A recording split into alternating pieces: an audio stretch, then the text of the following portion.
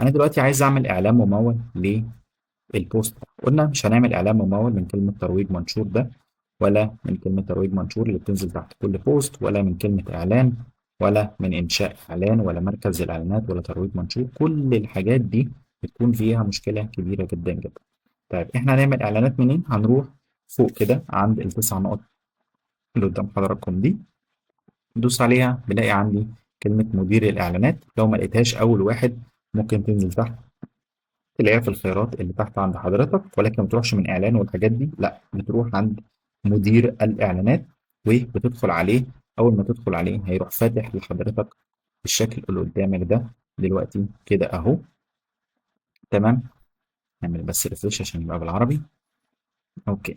طيب لما عملنا ريفريش اهو مدير الاعلانات بيكون شكله كده. لو حضرتك ما عملتش اي اعلان ممول قبل كده، ده حساب اعلاني فاضي جديد موفي. حلو. طب انا عايز اعمل اعلان. قلنا حضرتك بتروح عند جزئيه انشاء اعلان. من انشاء اعلان بتلاقي عندك الاهداف الحملات الاعلانيه. اول واحد هو الوعي. وايه معنى كلمه الوعي؟ الوعي هو ان حضرتك بتوصل لاكبر عدد من المستخدمين، اكبر عدد من الزوار، ان هو يشوفوا البراند بتاعك بس، لكن ما يبقاش فيه لايكس، ما يبقاش فيه كومنتس، ما يبقاش فيه اي حاجه. طب هل ده ضروري؟ اه مهم. مهم في ايه؟ مهم بزياده الوعي الناس بالبراند اكتر، الناس بتتعلق بالبراند اكتر، بتشوفك اكتر، بتتفاعل معاك اكتر، وهكذا مع على المدى الطويل.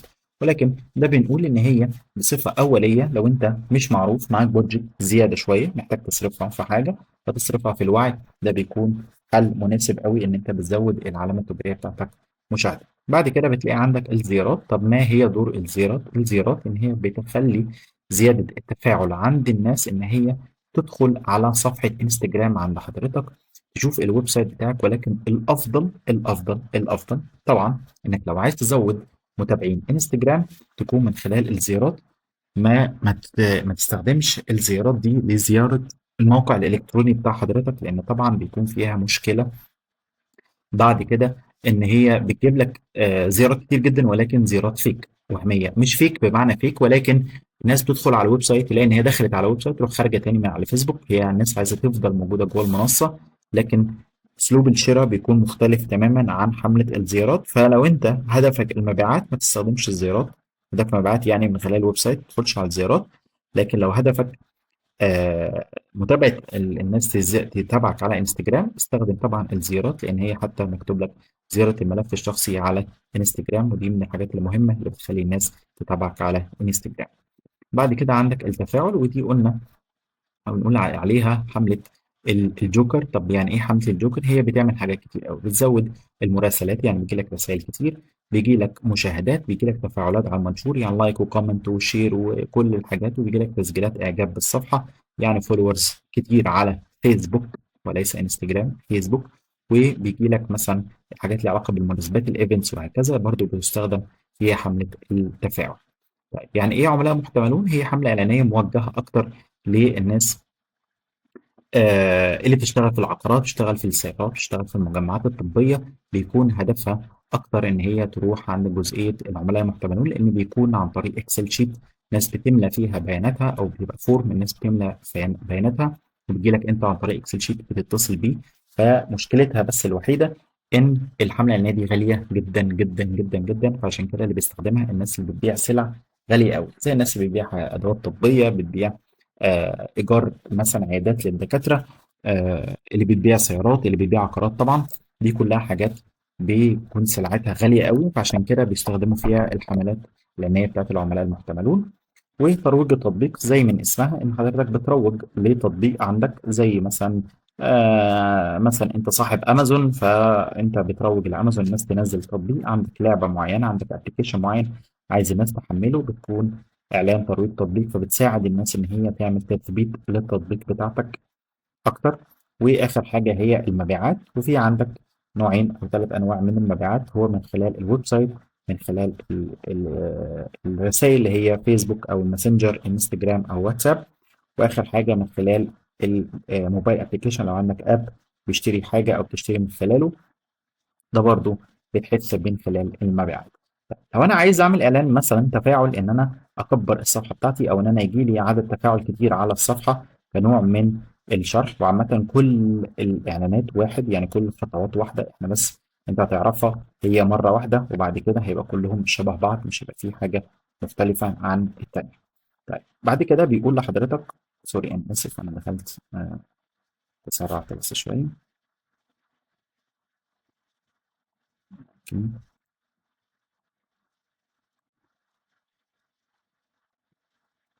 ندخل بس تاني كده من الأول.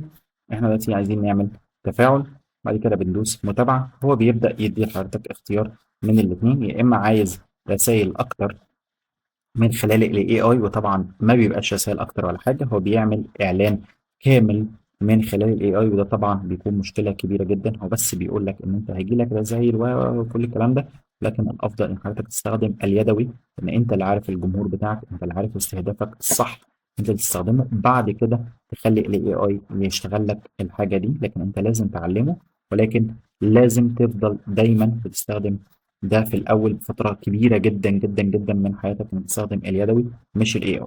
طيب بعد كده بيقول لحضرتك عندنا 3 مراحل من الاعلان. اول مرحله هي هدف الحمله الاعلانيه، تاني واحده المجموعه الاعلانيه، واخر حاجه الاعلان. نفس الكلام هتلاقيهم بالثلاثه بالترتيب فوق هنا، دول المراحل اللي احنا هنعدي عليهم. طيب احنا خلاص خلصنا هدف الحمله الاعلانيه، وبيسال حضرتك ايه هي اسم الحمله. طب ده هيفيدني في ايه اسم الحمله الاعلانيه؟ هيفيد حضرتك بكل بساطه ان انت بعد كده تقدر تتذكر الحمله الاعلانيه دي، كأن حضرتك بتعمل نيو فولدر او بتعمل فولدر جديد على الكمبيوتر بتاعك، وبتسميه اسم ايا كان عشان تتذكره بعد كده، تبقى عارف الفولدر ده كان بتاع ايه. فمثلا انا بقول له ان دي مثلا حمله تفاعل يوم الفلاني، بروح انا ايه كاتب له اليوم، واقول له مثلا منتج مثلا اساس بين قوسين مثلا كرسي. حلو. خلاص هو كده انا بقيت عارف الاعلان بتاعي ده كان اعلان تفاعل، كان يوم ايه، وكمان آه وكمان ايه هو المنتج اللي انا عملت عليه الاعلان ده. حلو. بعد كده هنزل هلاقي عندي الجزئيه بتاعت الميزانيه، بيقول لي انت عايز ميزانيه الحمله الاعلانيه او الحمله الاعلانيه دلوقتي، تحط الميزانيه دلوقتي ولا تحطها بعد كده. عامه مش هتفرق كتير، بس خليها مجموعه اعلانيه علشان تظبطها مع الوقت بعد كده، وهقول لحضرتك ازاي. حلو. بعد كده بتدوس التالي، خلاص يبقى انا اول صفحه دي انا ما عملتش اي حاجه غير ان انا حطيت بس الاسم، وتاكدت ان انا من خلال المجموعه الاعلانيه، ودوست التالي. راح لقيته هو معلم لي ان انا رحت المرحله رقم 2 اهي، هتلاقيها ازرقت عندك كده، رحت للمرحله رقم 2. بعد كده بيبدا يقول لحضرتك ان التحويل بالنسبه لك يعني ايه، يعني ان انت ايه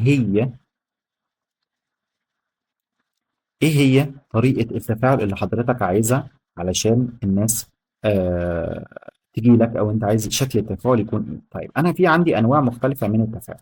عندي التفاعل عبر الرسائل. ما هي عبر الرسائل؟ يعني انا بيجي لي عدد رسائل كتير، بيجي لك تفاعلات زي بيجي لك لايك وكومنت وشير ومشاهدات ومتابعات للصفحة، وكل الكلام ده جوه كلمة او هو جوه الحملة اللي هي اسمها واجهات الرسائل دي. وعندي حاجة تانية اسمها في إعلانك، ودي بتحث الناس إن هم يشوفوا، يعملوا مشاهدة فقط على الإعلان بتاعك. وبعد كده المكالمات، إن الناس بتتصل بيك دايركت، دي طبعا أكتر ناس بتستخدمها هي الناس اللي بتعمل إعلانات للصيدليات للمستشفيات، الحاجات الأرجنت قوي. والويب سايت، وقلنا بلاش تعمل الموضوع ده، الويب سايت نفس الكلام من التطبيق مش هيجيب لك نتائج. فالافضل ان حضرتك لو هتعمل جزئيه التحويل دي، انت بتختار ما بين 3 حاجات ماكسيمم. عندك واجهات الرسائل رقم 1، عندك انستجرام وفيسبوك رقم 2، وعندك في اعلانك. طيب ايه هي فيسبوك وانستجرام اللي انت قلتها لي في الاخر دي؟ دي بتخلي الناس تعمل لي فولو او متابعين او بيتابعوا بس صفحة الفيسبوك بتاعتي، حتى ما فيش جزئية الانستجرام دي أساسا، هم لسه فيما بعد هيبقوا يعملوها إن شاء الله. ولكن حاليا أنت بتزود المتابعين بتوعك على صفحة الفيسبوك. يبقى أنا لا إما عايز متابعين أو عايز تفاعل بشكل عام على الصفحة، على البوست لايكس وكومنت وشير وحاجات كتير جدا، وكمان هيجي لي رسائل ممكن ناس تشتري فهيجي لي عدد رسائل كتير جدا، يا إما هيجي لي متابعين بس على صفحة الفيسبوك بتاعتي. طيب انا عايز تفاعل بشكل عام، فخلاص انا هسيبها واجهات رسائل بالشكل ده، وبعد كده هروح اختار الصفحه بتاعتي اللي احنا كنا لسه بننزل عليها البوست اهي. الصفحه بتاعتي اهي انا خلاص اخترتها من وسط الصفحات، وقال لي ان الصفحه بتاعت حضرتك دي الرسائل اللي هتيجي على الماسنجر فقط، لان ما فيش عندك انستجرام، ما فيش عندك واتساب. لكن لو عندك في واتساب وعندك انستجرام طبعا هتشتغل وهيبقى الموضوع مثمر طبعا، ان انت بعد كده الرسائل هتجيلك وهتتوزع على اكتر من منصه، فدي حاجه كويسه. بعد كده هتنزل تنزل تنزل تنزل لحد ما تلاقي الجزئية بتاعت الميزانية تاني ظهرت لك، بس المرة دي بيقول لك انت عندك الميزانية وتاريخ البدء وتعيين تاريخ الانتهاء. ودي اوبشن انا هسيبه لحضرتك بشكل كبير جدا. ليه بقى؟ لان الميزانية انت لازم تكون عارف ايه الميزانية المناسبة لحضرتك تعمل بيها الاعلان. يعني ما ينفعش انت تقول لي اعمل اعلان بكام. طب انا اعلان بكام ده؟ ما انا لازم اكون عارف حضرتك انت عايز تعمل اعلان كام يوم، هدفك بيه ايه؟ يعني هدفك بيه تفاعل فقط مبيعات، ولا انت عايز براندنج، ولا انت عايز آه لايكات، ولا عايز كومنتات، ولا عايز ايه؟ لازم ابقى عارف ايه الهدف اللي حضرتك عايزه، وبناء عليه هنحط الميزانيه. طيب انا عايز كل الكلام الجميل ده، محتاج احط كام؟ هقول لك برضو ايه البادجت المتاحه بالنسبه لك. يعني ايه البادجت؟ يعني فيسبوك يقدر انه يقبل من حضرتك انك تعمل اعلان مثلا من اول 200 جنيه في اليوم. طيب انا لو عملت 200 جنيه في اليوم هاخد نتيجه كويسه؟ اه هتاخد نتيجه كويسه مش وحشه. يعني معنى كده انك تقدر ان انت تستفيد، ان انت تعمل اعلان ب 200 جنيه، تقدر تعمل اعلان ب 150 جنيه في اليوم، وهتلاقي من عندك استفاده كويسه. طيب استفاده كويسه ب 150 جنيه؟ لا، لازم تعدي او تحط بادجت كبيره شويه عشان تلاقي ريتش كبير، تلاقي تفاعلات كتير، تلاقي كومنتات كتير، تلاقي رسائل كتير، وده هيفيدك بعد كده على المدى الطويل. طيب هل ده المقياس بس؟ لا، كمان لازم اعرف انت هتشغل الاعلان ده كام يوم. يعني قول لي انا هشغل الاعلان ده مثلا، عايز اشغل الاعلان ده وليكن مثلا 10 ايام، 15 يوم، 20 يوم. اقول لحضرتك لا، حط بادجت كويسه، ان انت هتشغل اصلا مده قليله. تحط بادجت كويسه بحيث ان انت توصل لاكبر عدد من الجماهير، ده هيفيدك بشكل كويس قوي. طيب ايه الفرق ما بين الميزانيه اليوميه وميزانيه الحمله كلها؟ ببساطه شديده الميزانيه اليوميه هو بيدخل، او هو دايما او كل يوم بيدخلك في مزاد يومي بناء على المنافسين، وبيشوف انتوا كل واحد حاطط ميزانية قد ايه، وبيبدأ يودي لكل واحد الجمهور بتاعه. يعني معنى كده ان انا عامل اعلان ب 100 جنيه هيجي لي جمهور، ولا عامل اعلان ب 1000 جنيه هيجي لي جمهور تاني خالص؟ الاجابه اه. ان كل ما حطيت بادجت اعلى كل ما تجيب كلاس احسن، كل ما تجيب تارجت اودينس افضل، كل ما تجيب فئة أو طبقة اجتماعية أعلى. ده طبيعي، كل ما تدفع فلوس أكتر يبقى أنت هيجي لك عدد مسجات أكتر، كل ما تدفع فلوس أكتر. يبقى دي الاستجابة اللي أنت بتحطها. طيب أنا إيه الفرق ما بين بقى اليومية والحملة كلها؟ إن اليومية أنت كل يوم بتدخل في المنافسة دي، أما بالحملة كلها أنت بتدخل بمنافسة على مدار المدة. يعني هو عارف إن أنت على مدار المدة دي، مثلا لو قلنا إن أنت على مدار الحملة كلها هتحط مثلا 10000 جنيه، مثلا نحط كمان صفر، اوكي، هنحط مثلا 10000 جنيه في خلال مثلا شهر. حلو، فهو عارف ان انا في خلال الشهر ده انا هصرف 10000 جنيه على الاعلان الممول اللي هدفه تفاعل بالشكل ده. يعني انا متوسط في اليوم حوالي 333 جنيه مثلا، او 335 جنيه. طيب يعني ممكن يوم يصرف 300، ممكن يصرف تاني يوم 370، اليوم اللي بعديه يصرف مثلا 250، اليوم اللي بعديه يصرف 700، ثم يبقى يصرف 150، وهكذا هيفضل يطلع ينزل يطلع ينزل يطلع ينزل. طب ده بناء على ايه؟ بناء على المنافسه. لما المنافسه تكون مشتده بيحط بادجت كبيره، لان هو مع مده بقى طويله هو شغال فيها، هو عارف هيبدا امتى وينتهي امتى.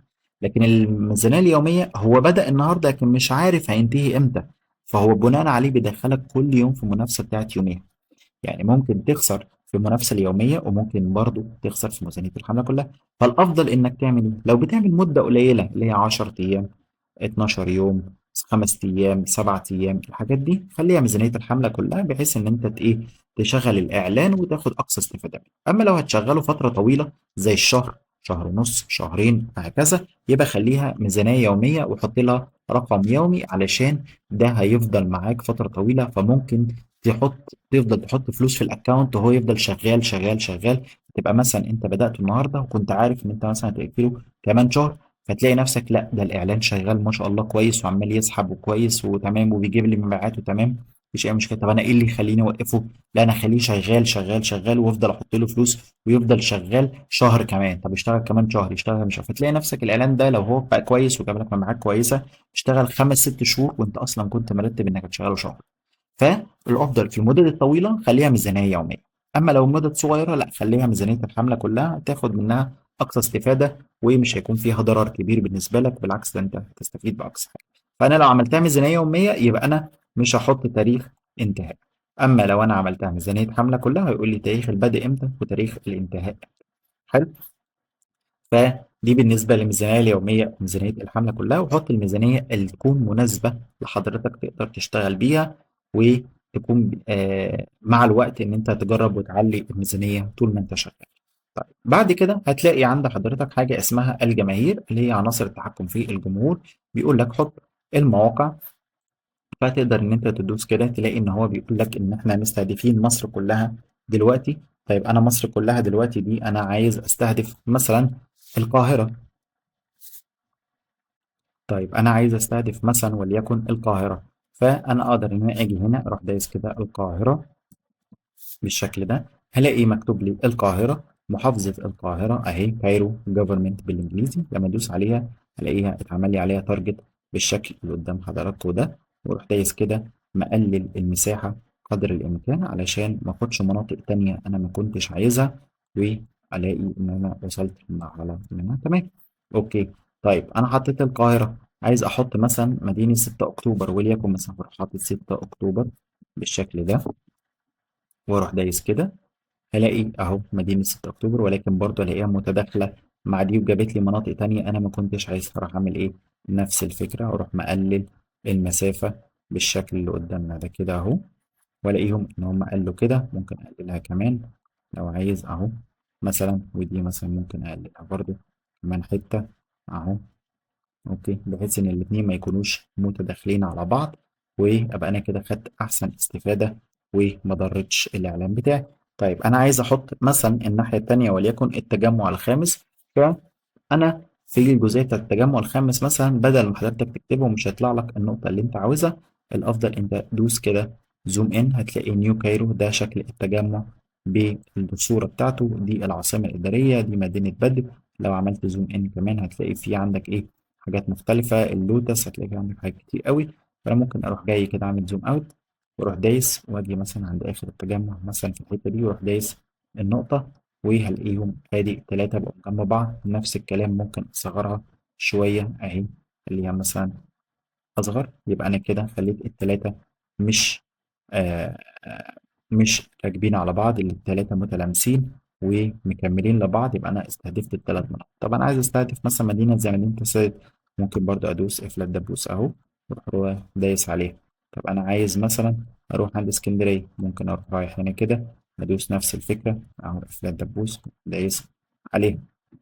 يبقى انا اقدر ان انا اختار المناطق اللي انا عايزها. مثلا اسكندريه دي عايز اكبرها شويه، اروح دايس كده اهو كبرتها شويه. حلو. يبقى انا كده بالشكل ده استهدفت المناطق اللي انا عاوزها. مثلا المنصور اروح دايس كده هنا عند المنصور. جميل. طيب انا بعد ما استهدفت كده بالشكل اللي قدام حضراتكم ده هلاقي ان انا عندي معدل الجمهور طبيعي بيقل. ليه بيقل؟ ان احنا كنا في الاول مستهدفين مصر كلها، دلوقتي احنا مستهدفين مناطق معينة بس هي دي اللي احنا عاوزينها. طيب بعدها هلاقي عندي الوصول. آه الوصول اهو كاتب لي الوصول الى المزيد من الاشخاص الذي من المرجح ان يستجيبوا. حلو. سنصلك ايضا او سنصل ايضا الى اشخاص المهتمين بالمدن والمناطق المحدده داخل تلك البلدان. الزرار ده كارثه بمعنى الكلمه. ليه كارثه بمعنى الكلمه؟ لان هو بيقول لحضرتك ان انا اقدر ان انا اروح لناس تانية، او الناس دي انا مش مستهدف اروح لناس تانية في مناطق تانية ممكن يتفاعلوا معاك بس انت مش محدد. فده ضد اللي احنا اصلا بنعمله. احنا عايزين نحدد بس المناطق اللي احنا عايزينها. فبالطبيعي بنروح عاملين ايه؟ شايلين الزرار ده. فهنا مثلا كاتب لي او من 55,700 او 3 من 47,500 300 لحد 55,000. لما اشيل الزرار ده بالشكل ده هلاقي الرقم ده قل يعتبر النص اهو. لقيته من 25,000 ل 29,000 يعتبر نص الرقم ده اتشال. فمعنى كده ان هو كان هيستهدف لي او هيروح لناس تانية انا ما كنتش عايزهم اصلا من البداية. وبعد كده هنزل هلاقي عندي حاجة اسمها خيارات إضافية. لما أجي أدوس عليها كده بالشكل ده هيظهر لي الحد الأدنى للعمر. طب يعني إيه الحد الأدنى من العمر؟ الحد الأدنى من العمر هو بيقول لحضرتك إن أنت ده أقل عمر أنت عايزه يوصل له الإعلان الممول بتاعك. فأنا أفضل إن أنت تعليه لحد 23 سنة، وده أقل أو حد الأدنى للعمر. ممكن تزوده، وأقصى حاجة 25 عامة لو أنت عايز مثلا بنبيع مثلا زي أساس مكتبي وليكن أو حاجة. فإحنا بندور على ناس مثلا 25 سنة فيما فوق. واللغات هتلاقي ان انت تقدر ان انت تحدد اللغات، وقلنا ما دام انت بتستهدف مصر ممكن تستهدف اللغة العربية بالشكل ده، واللغة الإنجليزية برضو بالشكل ده. حلو. اوكي. وندوس عليها بالشكل اللي قدام حضراتكم ده. جميل. يبقى انا حطيت كمان ادي اللغات. وبعد كده عناصر التحكم في الجمهور او الجمهور بتاعي الاستهداف. اقدر ان انا ادوس كده وابدا ان انا استهدفه. اذا كان من العمر خلاص هو قال لي الحد الادنى 25، لان احنا استهدفنا فوق اقل حاجه 25. لحد كام؟ قلنا اقصى شيء يكون 25 ل 30 سنه، والافضل يكون 25 سنه اقصى شيء. فهنقول لحد 50. يبقى انا كده استهدفت بشكل كويس، فهتلاقي الرقم ده برضه عمال يقل. فاذا انت ماشي بشكل صحيح. حلو. طيب احنا هنستهدف رجاله ام ستات؟ لا، ينفع الاثنين. بعدها انا عايز احط الاستهداف التفصيلي بتاعي. طيب في الاستهداف التفصيلي مهم جدا انك تحط حاجتين لثلاث حاجات مهمين جدا يكونوا معاك. لازم يكون عندك اهتمامات، لازم يكون عندك سلوكيات، ولازم يكون عندك بيانات ديموغرافيه. طب بيانات ديموغرافيه دي لازم؟ لا مش لازم. لكن الاهتمامات والسلوكيات مهمين جدا جدا جدا. طيب اهم سلوك حضرتك محتاج تعمله ايه هو؟ انك تحط او تكتب المتسوقون المتفاعلون. طيب يعني ايه؟ يعني دول الناس اللي بيتفاعلوا مع المنتجات والبراندات الاونلاين بشكل مستمر.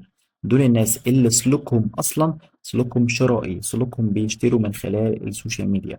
طيب انا لما حطيت المتسوقون المتفاعلون احط ايه كمان؟ احط حاجه ليها علاقه بالمنتج اللي انا بقدمه. احنا كنا بنقدم ايه؟ احنا كنا بنقدم كرسي مكتبي او كرسي اساس. انا ممكن اكتب كده اساس اهو، وابدا اشوف ايه هي الحاجه المناسبه للموضوع ده. طب انا ما لقيتش اي حاجه ليها علاقه بالموضوع ده. طيب ماشي، ممكن اكتب مثلا آه اساس منزل، شوف هيطلع لي ايه.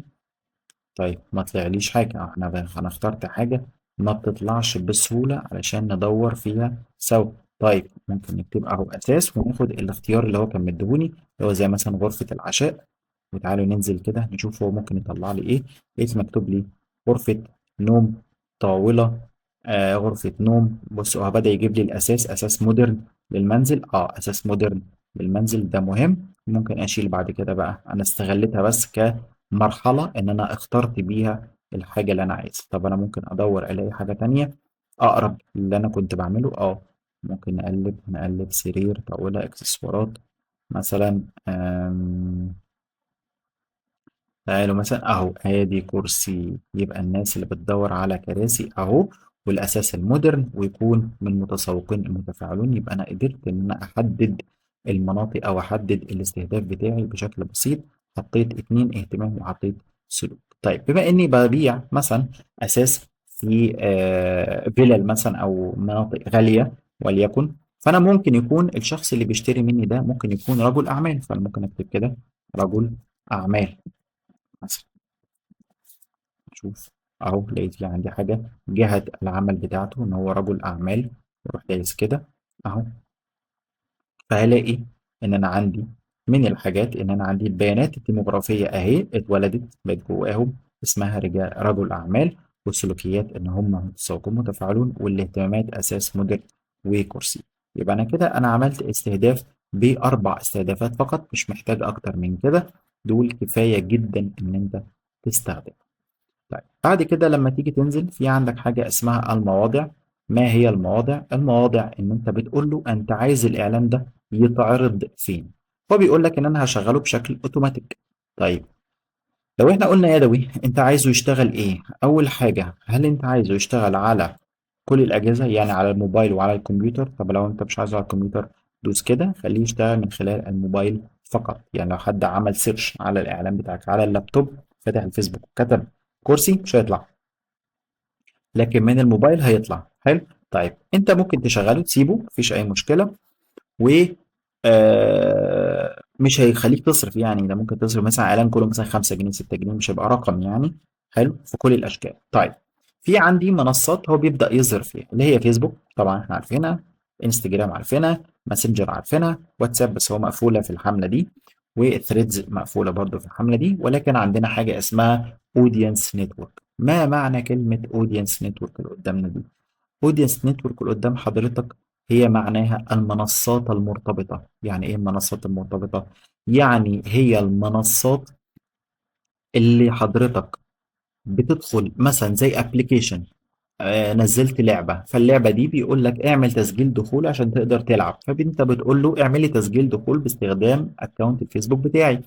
فدي الاعلانات اللي بتطلع لك ما بين الجيم والجيم. لما بتدخل مثلا بتحمل حاجة زي بريكفاست مثلا، او ابلكيشنات مثلا بتاعه متابعه الماتشات الكوره، فاول ما تدخل بتلاقي في اعلان ظهر لك. جه منين؟ جه من خلال فيسبوك، لان انت سجلت دخول من خلال فيسبوك. طيب الجزئيه دي مهمه؟ لا دي مش مهمه خالص، ويفضل ان حضرتك تقفلها علشان ما تصرفش عليها فلوس نهائي ولا مليم، لان اغلب الاعلانات اللي بتظهر لحضرتك دي الناس بتبقى كارهاها وعايزه تخرج منها، الا ابلكيشنز الالعاب اللي بتظهر جوه العاب دي، ممكن تنقلك من لعبه للعبه، تخليك تحمل لعبه تانية وانت كنت في اللعبه الاولانيه.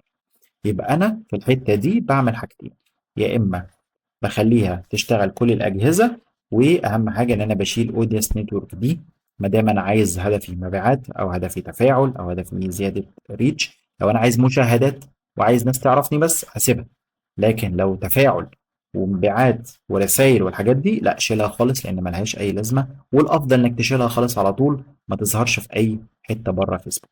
حلو. بعد كده بندوس التالي، يبقى كده حضرتك خلصت الإعلان بتاعك خلاص، مفيش أي حاجة تانية أنت محتاج تنفذها. بعد كده بتنزل بيقول لك أهو آدي الإعلان بتاعك أهو، أو دي الصفحة اللي حضرتك هتعلن عنها. أه هي بالفعل، برافو عليك. بعد كده بتنزل بيقول لك طب أنت عايز إن إحنا نعمل لك صفحة تربط صفحة الفيسبوك بتاعتك، أو إن إحنا نستخدم منصة الفيسبوك بتاعتك دي كمنصة إن إحنا نعلن بيها على الانستجرام. مفيش مشكلة ما دام أنا ما عنديش صفحة فيسبوك حاليا. وبعد كده بيقول لي اعدادات الاعلان بتاعت حضرتك ايه هي. بتقدر ان انت تدوس مثلا انشاء اعلان، وبدل انشاء اعلان خليها استخدام منشور حالي علشان نستخدم البوست اللي احنا بالفعل لسه عاملينه دلوقتي. بدوس تحديد منشور، بلاقي ادي البوست بتاعي اهو منور، واروح دايس كده متابعة، هلاقي ادي البوست بتاعي او البوست بتاعك اهو ظهر قدامك اهو في الاعلان، تقدر ان حضرتك تستخدمه. طيب كده انت خلاص عملت الاعلان، فاضل لك بس اخر حاجة خالص، ان انت لو عايز تعمل آه نص او حاجة تلقائية. طبعا هو ايه، آه مش هتظهر لك يعني، او يعني المفروض ان هي بتظهر لك في الاول لو انت عندك مشكلة. آه طبعا ده علشان في مشكلة في الحساب الآلي نفسه. ولكن انت خلاص كده انت مش محتاج اي حاجة تاني، انت بس كل الموضوع ان انت تمشي ورا الخطوات واحدة واحدة. فلو هنعمل مراجعة سريعة لإيه أهم الحاجات اللي حضرتك تبص عليها على الإعلان بتاعك قبل ما تبدأه، يبقى هنبدأ من الأول خالص. أنت بتكتب اسم الحملة الإعلانية بتاعتك عشان تفتكرها بعدين. خلاص أنا بقيت عارف إن دي حملة تفاعل، اليوم الفلاني المنتج كان كرسي، تمام. بعمل الميزانية بتاعتي مجموعة إعلانية علشان أعملها بعد كده. بعد كده بروح عند مرحلة التفاعل، بختار التحويل. والتحويل هنا قلنا يا اما تستخدم الرسائل، يا اما تستخدم صفحة الفيسبوك، او لو عايز تزود مشاهدات فقط هتخليها في اعلانك، بس الافضل خليها دي او دي، حاجة من الاتنين. دي لو عايز تفاعل او عايز متابعين فقط فقط فقط لا غير. لكن هنا لو عايز رسائل بس، او عايز رسائل وتفاعل قصدي، يعني رسائل وتفاعل عام. وبعد كده بتختار الصفحة بتاعتك. لو عندك صفحة واحدة خلاص هي دي اللي هتظهر. لو انت رابط انستجرام واتساب هتلاقيهم متعلمين. يعني مثلا لو احنا فتحنا صفحة تانية مثلا زي كده مثلا، هتلاقي ان الصفحة دي عندهم مثلا ماسنجر وعندهم واتساب، فتقدر ان انت تختار ما بينهم. ممكن اشيل الواتساب وابقى شغال على الماسنجر بس، او ان انا ابقى حاطط مثلا الواتساب وابقى شايل مثلا المسجات، تبقى كل الرسائل موجهة على الواتساب فقط. حلو. او تسيبها تلقائي تشتغل على الاتنين مع بعض. حلو. طيب بعد كده خلاص انت اخترت الواجهة اللي انت عايزها، بتنزل تحت بتحدد الميزانية بتاعتك. وقلنا لو هتعمل الاعلان بتاعك لفترة قصيرة اعملها مدة الحملة كلها، لو هتبقى الحملة طويلة خليها الافضل ان هي تكون ميزانية يومية، وارد تكون ان شاء الله ناجحة وتبدأ تبدأ ان هي تتطور احسن واحسن واحسن بكتير. بعد كده هتنزل خلاص، هتلاقي عندك الاستهداف زي ما احنا قلنا المكان او الدولة. تقدر ان انت تحدد المنطقة زي القاهرة مثلا، وباقي المناطق زي ما احنا كنا لسه بنتكلم. خلاص انا حددت مثلا القاهرة زي ما احنا قلنا، وتقدر ان انت تقللها، وتقدر تروح حاطط نقطة جنبها بالشكل ده، وتيجي تحط نقطة تاني جنبها من الناحية التانية بالشكل ده. تقدر تحط نقطة تحتها وليكن مثلا هنا. يبقى انت بقى عندك الاستهداف بتاعك اللي انت عايزه. وقلنا هنشيل الزرار ده، مهم جدا جدا جدا ان انتوا تاخدوا بالكم منه. بعد كده تحط الحد الادنى للعمر، وبعد كده اللغة، وبعد كده هتلاقي عندك العمر من والى، الجنس، الاهتمامات. وقلنا الموضوع بسيط، حط متسوقون متفاعلون اول حاجة عشان ما تنساهاش. حط لو هو ليه سلوك معين، اسف، ليه مثلا وظيفة معينة او حاجة انت عارفها حطها، لو مش عارف مش لازم. بس الأهم إنك لازم تحط الاهتمامات، مهمة جدا جدا جدا. حط حاجة ليها علاقة بالمنتج بتاعك، وتقدر تلاقي بالترشيحات التانية اللي هو بيبدأ يرشحها لحضرتك. وبعد كده هتنزل تحت هتلاقي عندك المواضع. أهم حاجة إن أنت لو عملتها إنك تعملها يدوي، وتشيل الجزئية بتاعة الأودينس نتورك دي زي ما إحنا اتفقنا. بعد كده أدوس التاني. طبعا هو شايل كل حاجة، إحنا غيرنا الصفحة ورجعنا تاني، فهو شايل كل حاجة. حلو. بعد كده هنا في آخر مرحلة خالص في الإعلان هتلاقي عندك الجزئية بتاعت الهوية، الصفحة. بعد كده لما تنزل تحت خليها، هو بيبقى سايبها لك كده إنشاء إعلان، لا خليها منشور حالي. واختار البوست اللي حضرتك عايزه، وهتدوس له متابعة، هيظهر مع حضرتك بالشكل ده بعد كده. وهتقول له إرسال رسالة، أنا عايز البوست بتاعي يكون عليه الزرار بتاع إرسال رسالة. هيظهر لك بالشكل ده أهو. بعد كده يبقى عندك بالشكل ده. وتقدر إن أنت تعمل أداة للدردشة، يعني أسئلة مثلا زي، وليكن تعالوا نعمل مثلا تعليم من الأول. لما حد يدخل يكلمنا نقول له مثلا أهلا وسهلا بحضرتك مثلا أستاذ وليكن. وأقدر إن أنا أجي من هنا عند أحط طابع شخصي. لما أدوس هنا أقول له أنا عايز مثلا الاسم الأول للمستلم اللي هو مثلا محمود، كتب لي ده. طب أنا لو حطيته مثلا اسم الوالد مثلا، اسم والده مثلا بس، يروح كاتب لي مثلا حسن. طب انا لو عايز الاسم الكامل اهو.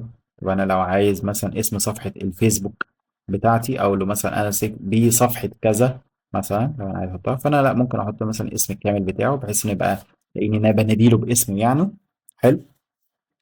واكتب له مثلا آه يمكنك الرد على الرسائل الجاهزة وليكن لسرعة التواصل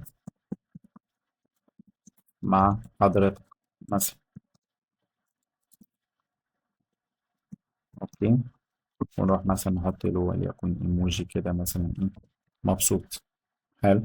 وبعد كده هنزل تحت، بيقول لي مثلا ممكن احط له اسئله متكرره وليكن مثلا زي مثلا ما موقعك. ممكن اقول له مثلا خصم 10% على الكراسي وليكن. حلو. فيلاقي ان هنا اول ما يدوس عليها يجي لي رد تلقائي. انا افضل ان حضرتك ما تحطش رد تلقائي، علشان ساعات بيهنج وبيعمل مشاكل بعد كده. حتى الجزئيه بتاعت الموافقات زي الايه، دعاوي ان هو يتصل بيك كول او كده، لا بلاش منها.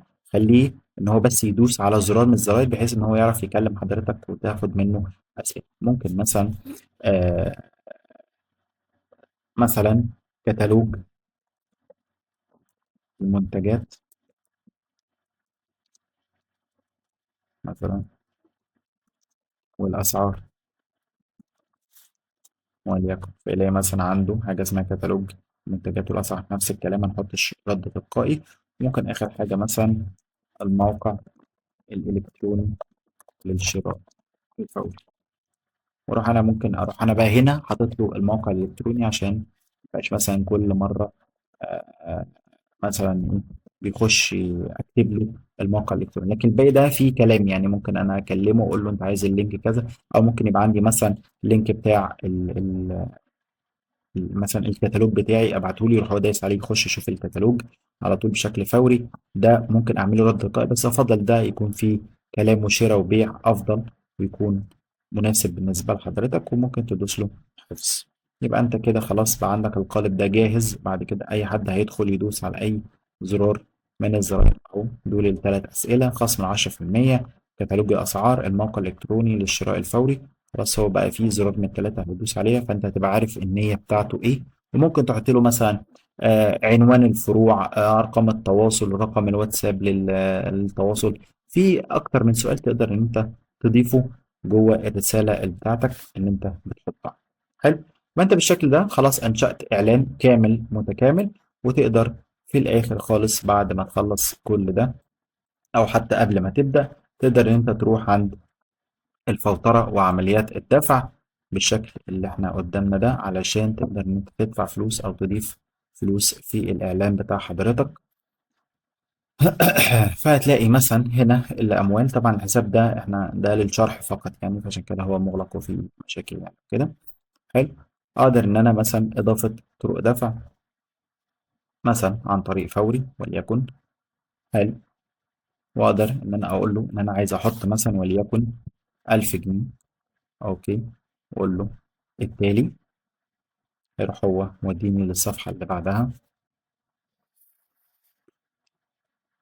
اه في مشكلة في الحساب الإعلاني ده. طب تعالى نفتح حساب إعلاني آخر علشان أوريها لحضراتكم. اوكي.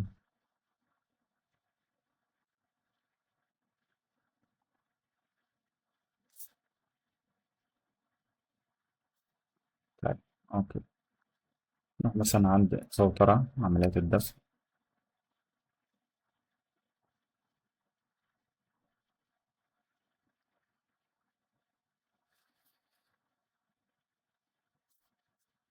اوكي. ده مثلا الحساب ده اوريدي اصلا فيه فلوس. حلو. فانا مثلا عايز اضيف اموال، فانا ممكن اقول له مثلا انا عايز اضيف وليكن مثلا 1000 جنيه بالشكل ده، عن طريق مثلا فوري لو انتم ما فيش فيزا عندكم، مثلا عن طريق فوري، وادوس التالي. وما تشغلوش موضوع الدفع او التلقائي ده خالص، علشان هو ما يفضلش يسحب منكم فلوس طول ما الاعلانات شغاله وانتوا ناسيوها. طبعا ده مش هيكون افضل حاجه. حلو. اول ما بدوس له بالشكل ده بيروح مطلع لي حاجه اسمها الرقم المرجعي. الرقم اللي قدام حضراتكم ده بيجي لي بيه رساله على التليفون وعلى الايميل دلوقتي. يعني أنا لو فتحت دلوقتي الجيميل بتاعي، حلو، هتلاقوا في ميل دلوقتي مبعوت لي بيقول لي ان انت في فاتوره جات لك من خلال فوري اهو. أهو بيقول لي رجاء دفع مبلغ 1000 جنيه. حلو. انتهاء صلاحية الكود ده يوم 25/4. حلو. وتقدر الرقم المرجعي كذا، وادي الرمز كذا، ورمز الخدمة وهكذا. حلو. فأنا بقى معايا خلاص الرقم المرجعي ده، أقدر إن أنا أدفعه من خلال فوري باي، من خلال أبلكيشن فوري، من خلال أي شيء. ويبقى أنا كده دفعت للإعلانات، وتلاقي الإعلان الممول بتاع حضرتك اشتغل، وانتظر عليه 24 ساعة هتلاقيه اشتغل كويس وبدأ يجيب نتائج. استنى عليه يومين عشان تقيمه، 3 أيام قبل ما تقرر إنك تقفله ولا لأ. فما تعملش إعلان ممول قبل المدة. شكرا لحضراتكم جدا، والسلام عليكم ورحمة الله وبركاته.